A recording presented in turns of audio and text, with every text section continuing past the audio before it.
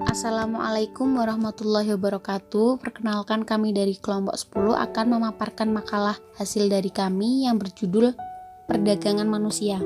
Baik, saya sendiri bernama Naila Tika sebagai moderator. Yang kedua ada teman saya yang bernama Nur Amanah sebagai pemateri. Selanjutnya ada Sofatunisa sebagai pemateri. Ada Dia Nur Hikmah sebagai pemateri. Yang pertama, pengertian perdagangan manusia atau human trafficking, bahwa perdagangan manusia adalah kejahatan terorganisasi yang dilakukan dengan cara konvensional, yaitu dengan cara bujuk rayu para perekrut kerja di tingkat desa sampai cara-cara modern. Perdagangan manusia adalah modem die slavery, artinya pelaku memangsa pihak yang berada dalam posisi rentan, yang lemah secara ekonomi, fisik ataupun emosional.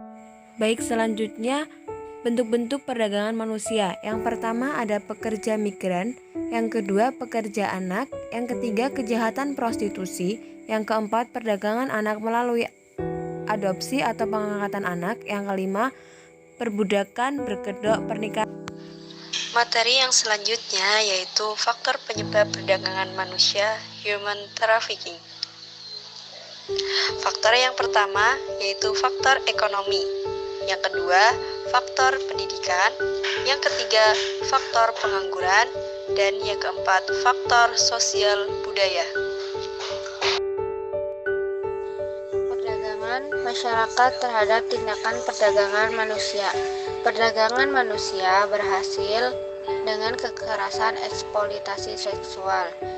Pandangan masyarakat terhadap pandangan perdagangan manusia adalah seperti jual beli manusia yang dilakukan karena faktor kemiskinan, kadar pendidikan yang rendah, pengangguran, dan lain-lain.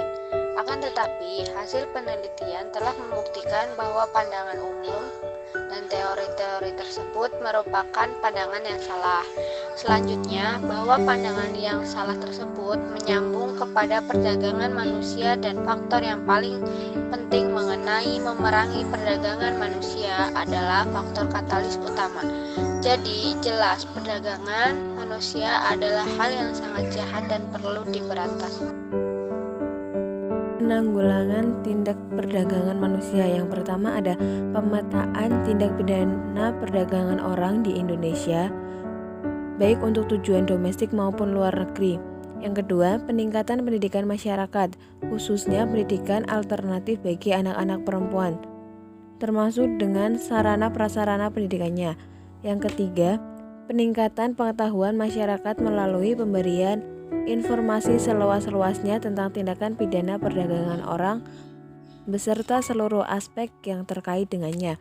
Yang keempat, perlu diupayakan adanya jaminan aksesibilitas bagi keluarga khususnya perempuan dan anak untuk memperoleh pendidikan, pelatihan, peningkatan pendapatan dan pelayanan sosial.